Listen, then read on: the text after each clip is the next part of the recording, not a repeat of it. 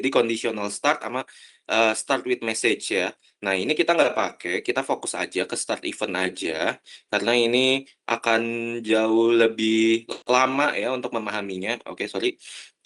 Jadi kita untuk di start event hanya pakai startnya aja. Intermediate event pun ini kita nggak gunakan ya. End event kita nggak pakai yang message, kita langsung yang biasa aja. Untuk end event bentuknya kayak gini. Lingkaran yang ada outline-nya itu hitam tebal. Atau bisa kalian ganti lingkaran yang hitam tebal. Atau bisa ganti warnanya merah ya. Lingkaran merah. Full black, circle, ataupun bisa yang warna merah. Itu untuk end event. Nah, jadi nanti, untuk pengerjaannya sebetulnya kan untuk menyusun BPMN ini seharusnya pakai aplikasi ada namanya Mega Hopex sama Bizagi Modeler. Karena, untuk instasinya juga perlu ini ya, kita perlu lisensi juga dan lisensinya, saya nggak bisa ngakomodir untuk kalian semua. Jadi kita nanti gunain yang open source aja pakai Trello.io. Nanti langsung saya praktikkan untuk cara ngebuatnya juga ya. Nah, lalu untuk activity ya, ini activity itu kita hanya gunakan ini aja, yang utamanya tasnya aja. Jadi setiap kotak ini adalah, activity ya, aktivitasnya. Aktivitas misalnya kayak, pengecekan gudang, terus juga misalnya pembuatan invoice ya, segala macam semuanya dituliskan di dalam kotak ini ya. Jadi kotak ini nanti dalamnya itu adalah pembuatan invoice gitu misalnya atau, pengiriman barang ke gudang, terus habis itu, produksi barang, apapun kotak ini ya, aktivitasnya ya. Dengan ini sebetulnya bukan kotak yang, apa ya, ini yang sudutnya nggak tajam gitu ya, yang agak ngelengkung. Nah ini di Draw.io juga ada, ini kita nggak usah pakai semua yang ke sisanya, ke-5 ini ya. Nah, objek. Selanjutnya, objek itu ada data objek. Nah, data data objek ini yang bentuknya kayak dokumen ya, kayak bentuk file Microsoft Word gitu logonya. Nah, ini itu berarti adalah suatu dokumen yang, disebabkan dan mengakibatkan suatu proses. Jadi, nanti si ini terlalu banyak ininya ya, notifnya ya. Oke, jadi nanti si proses-proses tersebut, misalnya tadi di sini adalah, pembuatan invoice, misalnya di suatu activity ini adalah pembuatan invoice atau konfirmasi invoice.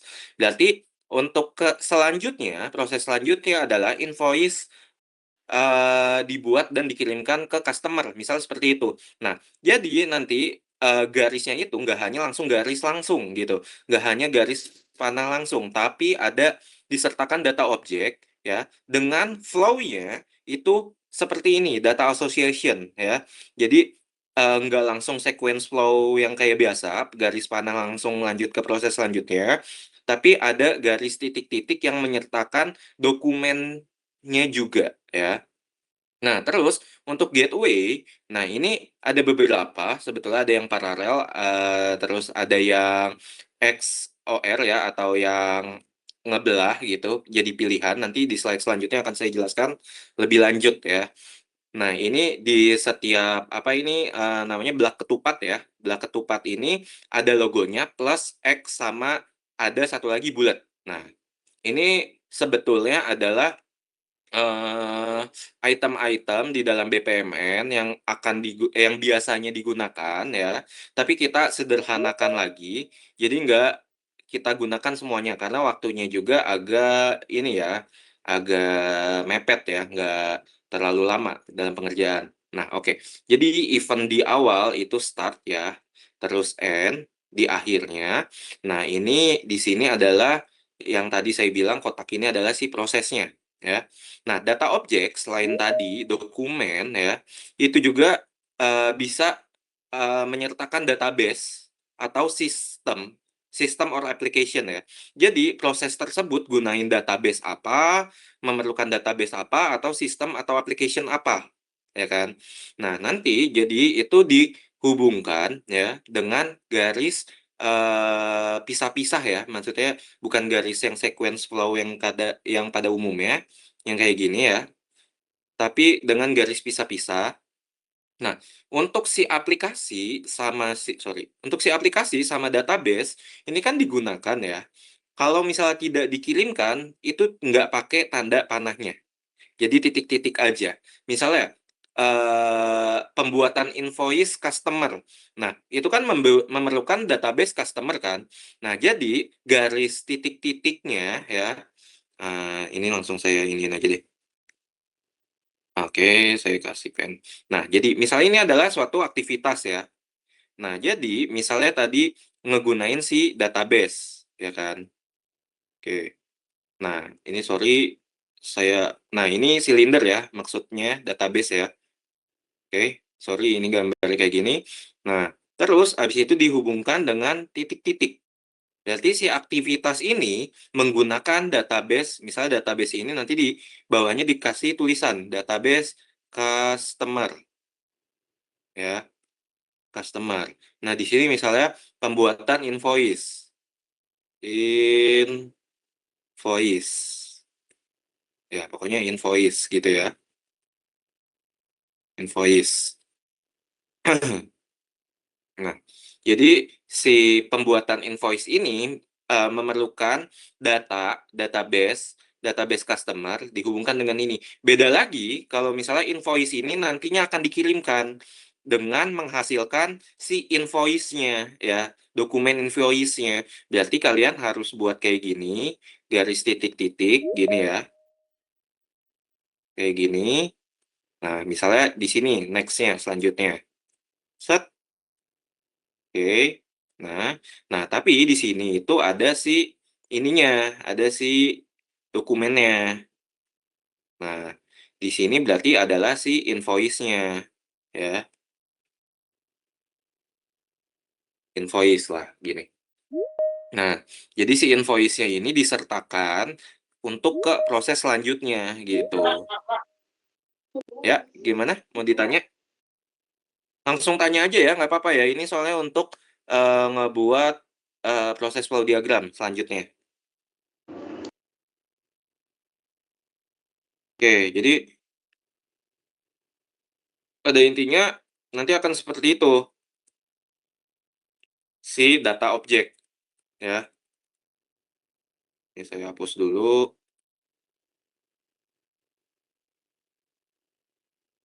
Oke, selanjutnya, nah, jadi untuk database sama sistem itu, bisa gunakan yang garis tipis-tipis tadi ya, garis putus-putus, sorry, bukan garis tipis-tipis, garis putus-putus. Jadi misalnya proses tersebut menggunakan aplikasi apa, berarti pakai proses putus-putus, ya. Pakai, ngeindikasi pakai garis putus-putus, ya. Tapi kalau misalnya si aplikasinya digunakan untuk ke proses selanjutnya, berarti garis putus-putusnya tadi dikasih tanda panah, ya. Nah, terus yang kedua, itu tadi ya, flow saya udah jelasin, sequence flow sama data association, ya. Pakai yang, panah, ya, kalau misalnya menyertakan data tersebut. Tapi kalau misalnya menggunakan sistem atau menggunakan database tersebut, itu nggak usah pakai panahnya. Misalnya proses tadi pakai, garis putus-putus aja, ya. Misalnya proses tadi menggunakan sistem, ERP gitu, ERP modul WM, warehouse management, pakai garis putus-putus tanpa tanda panah. Tapi kalau misalnya nanti aplikasi WM-nya itu nanti akan selalu digunakan, nanti kalian tempatkan aja posisinya di tengah-tengahnya atau di atasnya dari proses tersebut dikasih tanda panah. Jadi data association juga. Nah, terus ada juga yang namanya poolen. Nah, ini ada yang bentuknya vertikal dan horizontal. Nanti kalian pembuatannya terserah, disesuaikan aja. Kalau misal pakai yang vertikal ya berarti kertasnya vertikal, kalau yang horizontal berarti, kertasnya pakai yang landscape. Sorry, maksudnya ini yang portrait dan ini yang landscape ya. Jadi, kalau horizontal berarti kan pakainya yang landscape ya. Kalau vertikal berarti kan pakainya yang, ini apa, portrait. Nah, ini sesuaiin aja sama lembar kertas, laporan kalian ya. Terserah, ini saya bebaskan, terserah kalian mau gunakan pakai yang kayak gimana. Ini di sini untuk di apa, Draw.io juga ada ya, ini juga saya ambil dari Draw.io. Nah, di sini jadi proses bisnis apa ya kan, di atasnya ditulis proses bisnis apa. Kalau misalnya dia masih di dalam pool-nya, itu berarti, ini kan kayak kolam ya, kayak kolam, olimpiade ya. Nah, yang masih di dalam kolam olimpiade ini merupakan stakeholder internal ya. Kalau stakeholder stakeholder eksternal dia di luar, beda lagi. Stakeholder eksternal tuh apa aja? Biasanya customer, supplier ya. Itu adalah stakeholder eksternal. Misal stakeholder internal, bagian keuangan, bagian marketing, atau, misalnya koordinator utama bagian apa gitu. Nah, ini nanti ditulis di sini stakeholder-stakeholder yang terkait dengan, proses bisnis yang kalian sedang bahas. Nah, misalnya di sini proses bisnis apa, tulislah misal procurement, ya kan. Procurement procurement, iniin apa aja, ya. Misalnya di sini staff procurement, terus di sini adalah manajer, terus di sini misalnya, supplier, di stakeholder eksternal, stakeholder tiganya mungkin adalah si, misalnya bisa si kepala divisi ataupun juga misalnya bisa direktur utama untuk sebagai, penyetujuan atau konfirmasi terkait pengadaan barang tersebut, gitu. Nah ini, di sini nanti stakeholder-stakeholder-nya disesuaikan.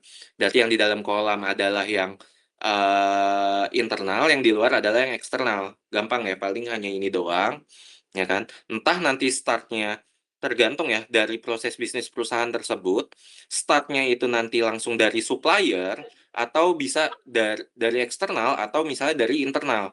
Nah, contohnya kalau start-nya dari ya, kenapa? Oke, saya lanjut ya. Contohnya kalau start-nya dari eksternal, berarti misalnya ini proses bisnis di suatu bank ya kan. Misalnya nasabah ya, terus di sini ada customer service lah, terus di sini ada yang bagian, apa, customer relationship management, divisi CRM-nya, terus di sini adalah, bagian data nasabah lah, misalnya operation. Nah, berarti kan dari misalnya di sini adalah proses bisnis apa, pembuatan rekening baru, berarti di sini start, nasabah memohon pembukaan rekening baru. Otomatis dia sequence flow-nya ke si sini, ke si customer service, si CS, ya. Si stakeholder 3 si CS. Nah, nanti CS, dia itu nanti akan meneruskan lagi ke stakeholder kedua dan stakeholder pertama. Nah, dia itu siapa? Itu disesuaikan dengan proses bisnis yang kalian observasi, ya. Oke, selanjutnya, nah ada beberapa jenis gateway. Gateway itu, nah ini yang ada X-nya atau yang kosong, ini adalah gateway yang nantinya kalian hanya boleh menggunakan atau memilih satu jalur aja yang memenuhi syarat. Jadi, pengkondisian ya. Jadi intinya adalah pengkondisian. Nah, misalnya contohnya jika total belanjanya itu lebih di atas atau lebih dari 500.000, itu dia akan melewati jalur diskon. Jika tidak, maka langsung ke kasir ya. Misalnya tadi ataupun, jika, customer tersebut adalah membership, maka akan lewat jalur ya, kan gateway. Jadi yang atasnya ini nanti akan ke proses apa ya, misalnya di sini masukkan, nomor nomor membership, kalau yang tidak, berarti di sini langsung ke kasir pembayaran. Nah, dua-duanya ditulis, ya kan, tapi diisi dengan tanda X, si gateway-nya. Di awal dan di akhir, ini kan X paralel ya, nanti akan ada sambungannya lagi, pada akhirnya adalah X join-nya, ya. Jadi kayak yang di sini, mana tadi? Nah, sorry. Eh, nah kayak yang di sini. Nah, jadi, dari suatu proses akan membuat cabang, pertama itu akan ngecabang dulu ya, nge-fork dulu, habis itu nanti di akhirnya pasti dia akan ngejoin lagi, ya. Itu untuk yang si ini, huruf X atau kosong, ya, si XOR ya, atau disebutnya gateway jenisnya eksklusif. Dan juga ada yang paralel. dia itu gateway-nya dikasih tanda plus, tambah, kayak gini. Nah, ini itu semua jalur keluar akan berjalan bersamaan tanpa perlu syarat khusus. Misalnya saat proses onboarding karyawan baru, divisi IT menyiapkan laptop dan HR menyiapkan kontrak kerja sekaligus ya. Jadi divisi IT ini sudah kan onboarding ya, onboarding karyawan. Berarti karyawan tersebut sudah dipastikan diterima.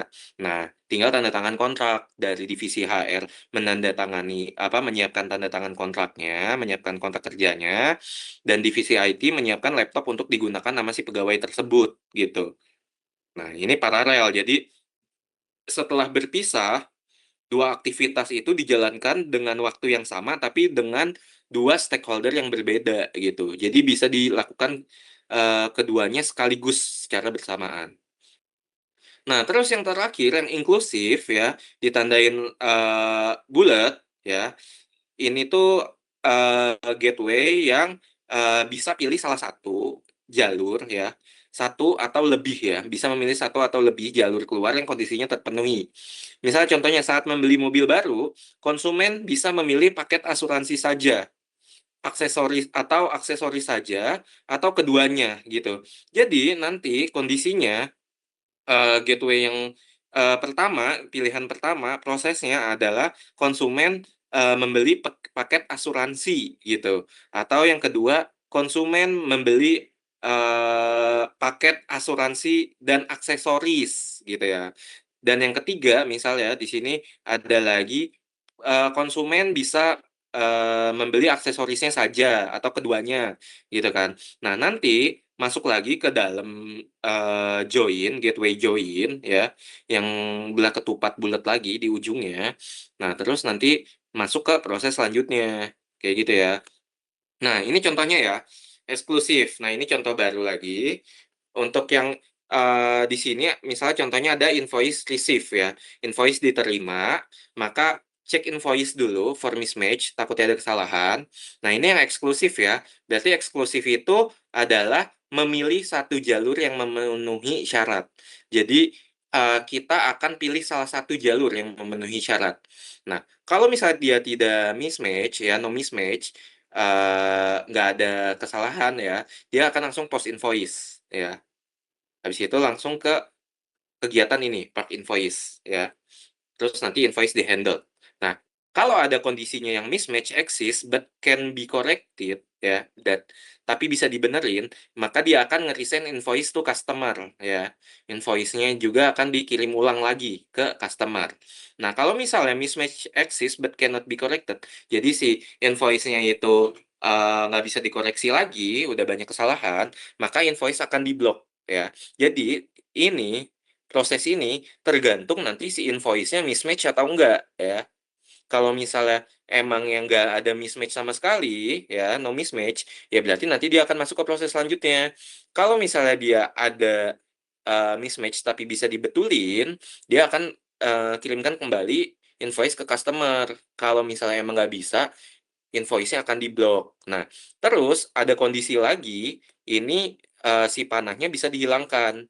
Di sini bisa langsung di-end. Berarti proses bisnis tersebut selesai karena invoice-nya telah diblok. Ataupun bisa dikasih panah lagi ke belakang.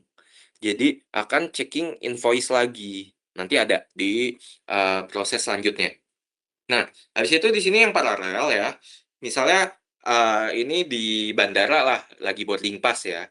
Terus boarding pass receive ya kan. Terus proses to security check nih ya. Kan dalam kalian kalau misalnya naik pesawat ya ke bandara itu kan terkadang screening badan sama screening bagasi ya atau screening koper kalian yang di dalam kabin itu kan dilakukan secara bersamaan. Jadi koper dimasukin ke dalam mesin yang scanner ya X-ray, kalian ngelewatin yang apa sih yang buat kayak masuk gate gitu kan buat di-scan. Terus dicek body juga kalian. Nah, itu kan kedua hal tersebut dilakukan secara bersamaan. Nah, selanjutnya kalau misal kedua hal tersebut sudah dijalankan, maka akan ngeproses tuh departure level atau proses keberangkatan ya. Nanti habis itu keberangkatan akan tercapai. Nah, ini paralel. Jadi contohnya adalah dua-duanya itu dijalankan dalam waktu yang sama. Nah, tergantung ini nanti, digabungkan ke dalam si plan-nya ya. Si pas security screening ini dilakukan oleh stakeholder siapa, pas lagi, luggage screening ini dilakukan oleh stakeholder siapa, gitu, disesuaiin. Nah, ini contohnya yang paralel ya. Contoh yang keduanya, purchase order receive, cek stock availability. Nah, ini yang tadi saya bilang, bisa di end juga ya. Kalau misalnya produk not in stock ya, sorry, paralel yang ini tadi yang XOR ya, yang tadi saya bilang yang di sini eksklusif.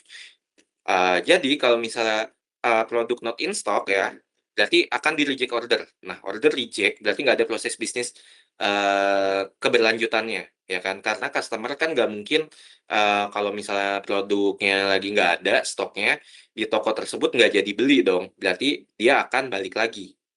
Nah, entah mau dibalik lagi atau mau di-end, itu tergantung dari proses bisnis di, eee, objek observasi kalian, seperti apa, ya. Tapi kalau misalnya produknya ada ya, retrieve product from warehouse ya, terus confirm order. Nah, ini paralel nih, ya kan. Get shipment address, ship product, atau emit invoice, bukan atau, dan emit invoice dan receive payment. Nah, kedua ini dilakukan, ya kan, secara bersamaan, habis itu akan arsip order. Nah, order terpenuhi. Nah, ini paralel contohnya. Kalau ini adalah contoh yang tadi XOR, yang saya bilang, kalau misalnya kondisinya tidak terpenuhi, itu si prosesnya bisa di-stop dengan di end, ya kan, dengan dikasih buletan end proses seperti ini, order reject. Tapi bisa juga nanti kondisinya kalau misalnya reject order, terus bisa juga balik lagi, panah balik lagi untuk cek stock availability. Jadi bisa, mengulang prosesnya kembali, gitu. Nah, terus selanjutnya yang inklusif ya, bisa pilih salah satu ataupun, bisa 2 ya, bisa lebih dari satu pilih prosesnya. Nah, misalnya di sini cek order line items, nah ini pengadaan barang ya. Order receive, cek order line item, nah order konten Amsterdam product dan order konten Hamburg product ya. Misalnya forward sub order to Amsterdam warehouse sama forward sub order to Hamburg warehouse. Nah, jadi pilih nih, terserah mau yang dari Amsterdam atau yang dari Hamburg ya, atau bisa keduanya. Nanti dia akan join lagi, habis itu akan meregister order komplit, ya kan. Nah, yang keempat, terakhir, ini tambahan ya, itu ada rework and repetition, yang tadi saya bilang. Jadi misalnya di sini ya, review kita langsung fokus di akhirnya aja ya, review ministerial response. Nah, kalau misalnya responsnya di-approve, maka akan selesai. Kalau misalnya tidak di-approve, dia akan balik lagi sampai nanti prosesnya akan di-approve, ya. Seperti ini. Ini namanya reward and repetition. Nah nah ini, saya sebetulnya ada kuis ya, cuma ini tambahan 15 poin, cuma saya hilangkan aja ya karena, untuk mempersingkat waktu ya. Nah, jadi di sini pada intinya si A sama si B dan C ini adalah suatu proses paralel ya. Terus dia ada si XOR lagi ya kan, entah pilih si D atau pilih si E, kondisi mana yang memenuhi. Nanti kalau kondisi si E-nya tidak terpenuhi, dia akan end, ya, habis, ya, ke-reject. Nah, terus di sini si D-nya itu akan lanjut ke si F. Nah, maka di sini harusnya tanda apa yang diisi dalam belah ketupat ini, dalam gateway ini, yaitu adalah si tanda plusnya, ya kan. Karena dia adalah join dari si paralel gateway. Nanti baru akan ke proses selanjutnya dan di end. Nah, terakhir ya, ini ya, proses, yang kumplitnya, cuma di sini sorry nggak kumplit banget, nggak ada pull-end-nya, ya. Jadi di sini ada purchase order receive. Ini proses, kalau kayak gini adalah pengiriman barang biasanya atau, iya, biasanya pengiriman barang sih kayak gini ya. dari gudang setelah orderan diterima ya. Nah, dia akan ngecek stock availability-nya dulu. Nah, dia akan menggunakan warehouse DB ini. Ini yang tadi saya bilang, database-nya dengan bentuk silinder ya, itu digunakan dalam proses cek stock availability ya kan. Makanya di sini kasih tanda panah. Garis putus-putus, sorry. Nah, ini tanda panahnya sebetulnya nggak harus ya. Terus dari cek stock availability ini, kalau produk not in stock, ya, dia si cek stock availability akan mengirimkan dokumen purchase order, ya, ke sini, ke proses ini, ke proses cek raw material availability. Berarti kalau cek stock availability ini biasanya dari divisi sales. Kalau untuk cek raw material availability, dia di sini udah masuk ke divisi gudang lah ya, divisi warehouse.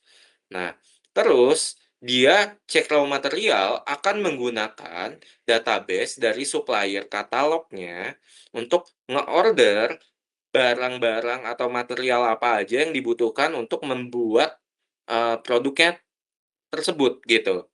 Nah, habis itu dia akan lanjut ke proses yang ini nih, inklusif ya, yang bulat.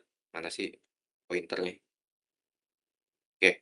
Nah, ini ya, masuk ke proses yang ini. Nah, kalau yang bulat itu tadi adalah proses ya, yang bisa dilakukan secara bersamaan ya tadi atau, sorry, dia itu bukan dilakukan secara bersamaan, tapi bisa pilih salah satu atau pilih keduanya, ya. Jadi bisa dari supplier pertama ataupun dari supplier kedua, tergantung supplier mana yang ada materialistisnya ya, materialnya gitu. Nah, habis itu, di sini adalah raw material ya, dokumen raw material ataupun barang, eee, ini, ngalangin. Raw material ini ya, barang-barang yang masih mentahnya akan masuk ke proses manufacturing product, ya. Ini, eee, setelah obtain raw material from supplier, setelah mengklaim barang mentah dari supplier ya, itu barangnya ya, itu akan dilakukan ke proses manufacturing. Nah, kalau misalnya proses manufacturing-nya udah selesai, itu akan menjadi suatu produknya ya. Jadi yang bentuknya kayak dokumen ini tidak hanya untuk, dokumen yang digunakan, tapi hasil yang ada juga, misalnya dari produknya ataupun dari, raw material. Pokoknya data objek yang dihasilkan dari suatu proses, diberi dengan si ini ya, bentuk dokumen ini, ya. Dia jadi suatu produk, nah produk itu nanti akan masuk ke ship product ya. Nah, kita stop dulu dari yang sini, proses yang atas, kita coba cek proses yang bawah ya. Kalau misalnya produknya in stock, berarti ada produknya ya. Di sini dia akan menerima produk dari gudang ya. Nah, di sini adalah produk warehouse, DB product warehouse. Jadi database dari warehouse akan digunakan dalam aktivitas ini, retrieve product from warehouse untuk ngecek apakah bukan untuk ngecek lagi, untuk melihat, barang tersebut lokasinya ada di mana gitu ya. Nah, ini terus si X-nya ini, XOR-nya ini join lagi di sini, tergantung kondisi mana yang memenuhi ya kan. Kalau barangnya nggak ada, berarti produksi dulu, kalau barangnya ada, berarti langsung ke sini, langsung nge-confirm ordernya. Maka akan terbitlah, ini ya, dokumen purchase order sama atau, membutuhkan dokumen purchase order-nya dan akan menghasilkan dokumen purchase order yang telah dikonfirmasi, ya. Habis itu akan masuk ke gateway paralel, ya. Di gateway paralel, ini berarti dilakukan secara bersamaan, ya. Get shipment address ya, berarti kita dapat, alamat si ininya, customer-nya, habis itu kita akan melakukan shipping produk ya, ke si customer. Dan juga ngebuat invoice sama menerima pembayaran, ya. Ini berarti ini nih yang dokumen ini invoice berarti digunakan dalam proses ini ya. Terus ini dari dokumen purchase order yang terkonfirm dibutuhkan dalam proses penerimaan pembayaran untuk verifikasi dan muncullah purchase order yang sudah dibayarkan ya. Akhirnya dari paralel ini akan masuk ya, sorry, tadi yang shipping produk, produknya udah di package, udah dikemas ya, atau udah disiapkan untuk dikirimkan. Habis itu masuk ke ini ya, archive order, order DB, kita akan memasukkan orderan ini ke database dan juga dia akan proses ini akan membutuhkan purchase order, dokumen purchase order yang telah lunas dibayarkan, invoice lah, invoice yang lunas. Masuklah ke si archive order ini. Habis itu, orderan telah terpenuhi. Selesai. Nah, ini jadi adalah suatu proses bisnis pembelian ya, atau pengiriman barang lah ya. Ini proses bisnisnya. Oke, dah itu aja ya. Nanti PPT-nya akan saya share. Sekarang ada yang mau ditanyain dulu nggak? Jelas nggak tadi?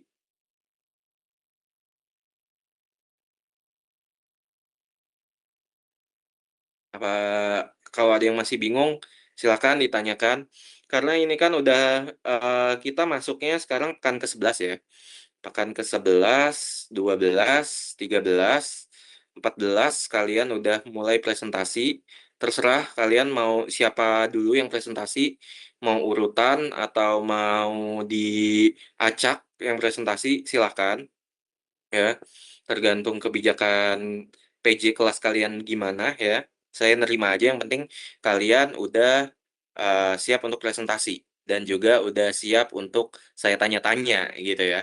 Jadi pada intinya nanti pas saat presentasi PJBL kalian nggak usah pakai PowerPoint, pakai PDF-nya aja atau Word-nya aja di template PJBL, nanti kalian scroll. Jadi intinya kayak ini aja lah, sidang skripsi, tapi mini lah, mini sidang skripsi. Saya nggak terlalu ini juga lah, nggak terlalu nyecer kalian juga. Yang penting saya nanya, kalian bisa jawab ya. Itu adalah masuk ke poin ya. Poin ini ya, poin penilaian saya. Jadi kemungkinan sih entah per kelompok itu akan dapat 3 pertanyaan sampai 5 pertanyaan dari saya, gitu ya. Jadi kalian bisa ngerasain vibes kayak sidang skripsi lah, walaupun masih semester awal, buat persiapan mental ya. Gimana? Ada yang mau ditanyakan?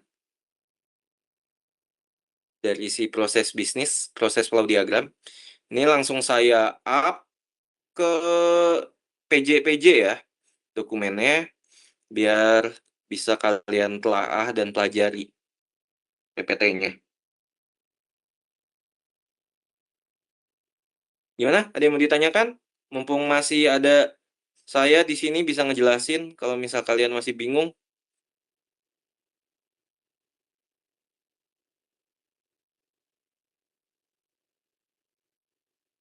Udah ya, para PJ saya udah ngedrop PowerPoint-nya yang BPMN, jadi kalian tinggal share aja di grup kelas.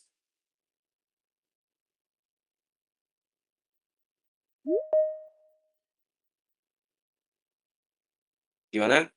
Kakak, kayak kakak udah ngerti? Ada yang mau ditanyain? Terus siapa lagi? Elda Tia, ada yang mau ditanyain? Siapa lagi? Jawab?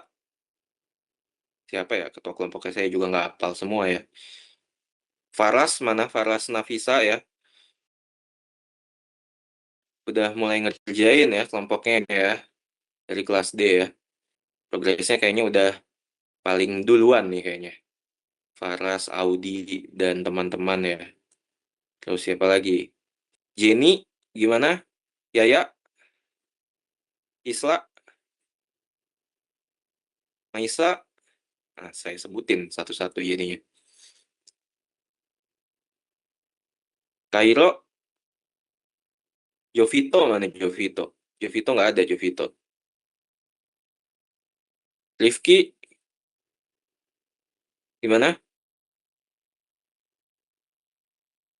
Saya sejauh ini masih aman Kak, Pak, karena untuk progres juga masih di tahapan awal Kak, Pak. Mungkin bisa lewat PC atau bisa lewat PJ nantinya ya Pak. Terima kasih. Iya, oke. Iya.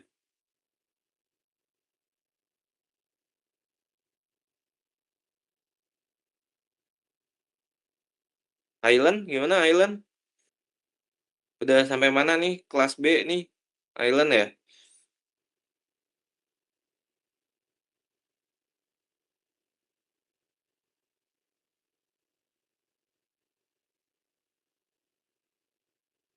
Oke, jadi seperti itu ya. Pada intinya nanti di proses presentasi PJBL, kalian akan presentasikan ya. Saya pikir satu kelompok 30 menit cukup lah ya. Sekaligus saya tanya jawab ya. Tanya jawab dengan saya. Terus saya harap juga untuk kelompok yang lain bisa memperhatikan sebagai bahan pembelajaran untuk proses PJBL nanti presentasinya, proses tanya jawab yang nggak dari teman-teman kalian, nggak dari mahasiswa lain ya, teman kelas kalian, tapi saya yang akan bertanya ya. Nah, jadi saya harap setiap eh, anggota kelompok mengerjakan. Ya, Rifki gimana? Saya mau nanya Pak, mohon maaf terkait outputnya dari PJBL ini selain proposal apakah kita sampai ke tahap buat prototype gitu ya Pak dari kasusnya? Atau gimana ya Enggak, Pak? nggak usah sampai buat kasus. Jadi kita itu dari PJBL ini adalah tahap perencanaan dulu. Nah, sebetulnya dari si framework TOGAF-nya ini sendiri itu sampai tahap akhirnya bisa sampai ke migration planning. Jadi kita sampai migrasi penggunaan sistemnya ini diterapkan, terus sampai ke peraturan pemerintahnya juga, ataupun sampai ke regulasi perusahaannya gimana dalam penerapannya. Sebetulnya dalam fase dari TOGAF framework ini sampai ke situ. Cuma karena kita waktunya nggak ini ya agak terbatas, jadi seenggaknya kita core dari si framework TOGAF yang itu paham gitu sampai ke si information core-nya itu. Oke Kak, thank you ya jawabannya Pak. Iya, tapi juga nanti ke depannya kalau misalnya ada mata kuliah yang misalnya bisa dilanjut dari perencanaan ini, kan bisa kalian langsung pakai gitu ya.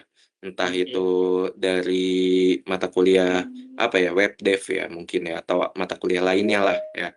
Itu bisa digunakan. Oke Pak, thank you Pak. Mohon maaf belum bisa on cam ya Pak. Ya, oke, nggak apa-apa. Yang lain?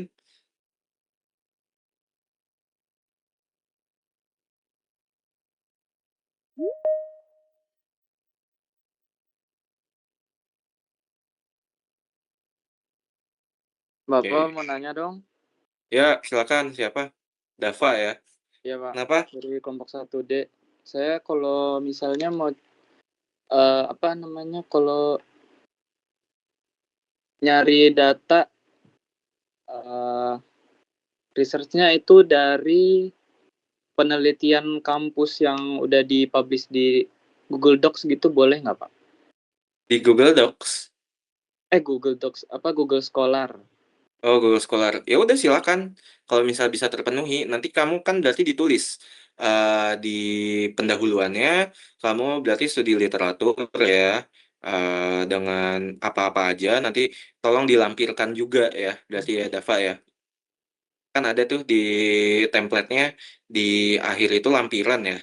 Ada logbook juga dokumentasi dan juga yang studi literatur berarti harus memasukkan apa-apa aja gitu lampirannya ataupun bisa kasih daftar pustakanya lah setidaknya. Oke Pak, makasih ya Pak. Ya berlaku juga ya untuk yang lain ya, yang studi literatur yang nggak observasi. Silakan, ada lagi yang mau tanya?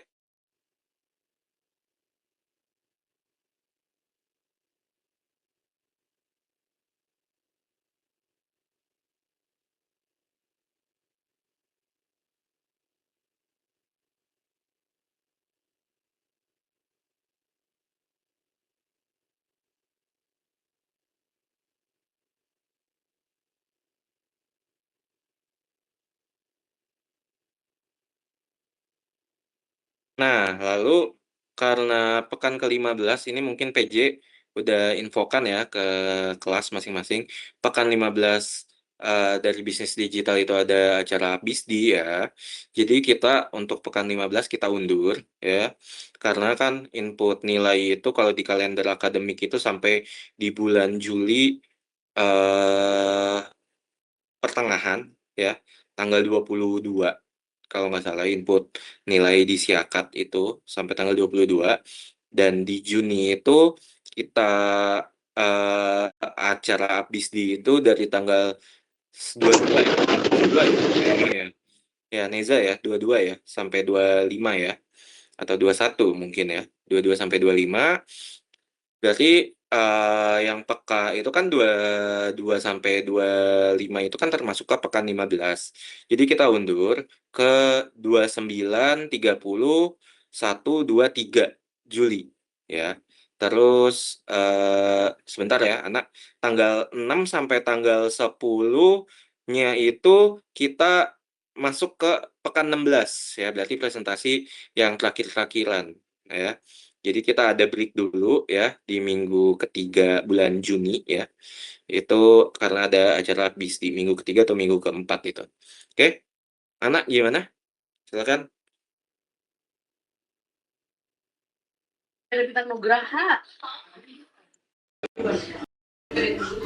Pak, maaf kedengaran nggak ya suara saya? Ya, kedengeran. Mau Lanjut. tanya Pak, untuk konsul projectnya itu tiap kelompok ada maksimalnya nggak Pak? Nggak ada maksimal, tapi ada minimal lah satu seenggaknya. Saya soalnya buat nilai progres kalian ya kan.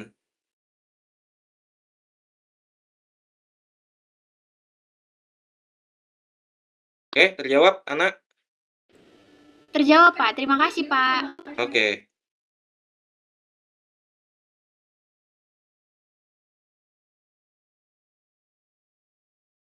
Tapi untuk yang ini ya, untuk yang pekan ke-14 kita udah mulai presentasi, berarti tanggal 15 sampai 19 Juni ya, itu tetap ya, nggak saya undur, tapi karena kalau kayak gini akan ada kesenjangan ya, berarti maksudnya yang di awal pasti nggak ada yang di awal pastinya. Tapi yang di awal itu ya, yang di minggu-minggu awal, yang minggu 14 itu saya berikan ini ya kesempatan untuk revisi laporan. Jadi kalian bisa memperbaiki ya, memperbaiki laporan PJBL kalian sampai batas waktunya 1 minggu ya, yang pekan 22 sampai 26 Juni, dikumpulkannya tanggal 29 Juninya, hari Seninnya. Itu adalah kesempatan yang saya berikan untuk kelompok-kelompok yang presentasi di pekan ke-14. Jadi nilai final kalian adalah bukan saat presentasi, tapi kalian masih bisa melakukan revisi ya di PJBL-nya. Lalu untuk yang pekan 15 itu nggak saya buka kesempatan revisi. Karena apa? Karena pengerjaan mereka udah bisa sampai tanggal 28 Juni, ya kan? Karena 29 untuk kelas D mungkin sampai 28 Juni, kelas C sampai 29, kelas A sampai tanggal 30, kelas B sampai tanggal 1, gitu kan. Jadi akan jauh lebih panjang, tapi yang presentasi awal-awal di pekan 14 saya berikan revisi, dan yang presentasi di pekan 15 dan 16 itu nggak saya kasih kesempatan revisi, jadi nilai finalnya adalah nilai terakhir saat kalian presentasi PJBL di pekan tersebut, gitu ya. Biar nggak ada ininya, kecemburuan sosial lah ya, nggak ada perbedaan gitu. Itu aja sih. Jadi bedanya yang 14 nanti saya kasih waktu 1 minggu untuk revisi, yang pekan 15-16 udah nilai final setelah mereka presentasi. Itu aja. Oke, ada lagi yang mau ditanyain? Saya 2 menit lagi saya tutup kelasnya.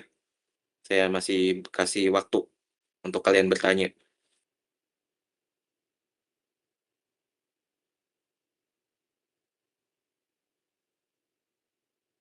Dan untuk pertemuan hari ini, saya anggap hadir semua lah ya.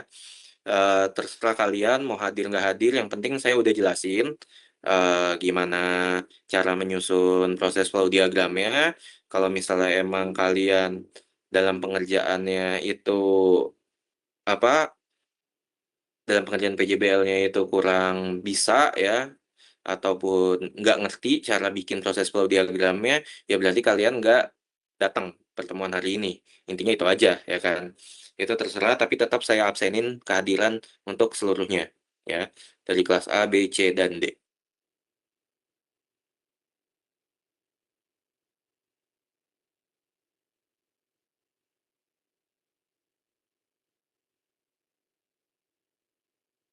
Ini biasanya kalian tuh ngerjainnya nanti nih ke akhir-akhir ya kayaknya, pas udah deket-deket.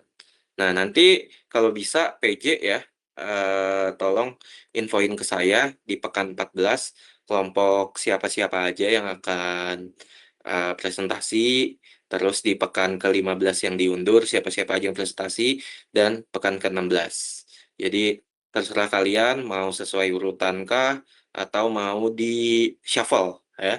Itu terserah kalian. Pokoknya yang penting nanti ini aja, apa, saya tahu ini siapa yang presentasi kelompok berapa, saya akan nilai gitu.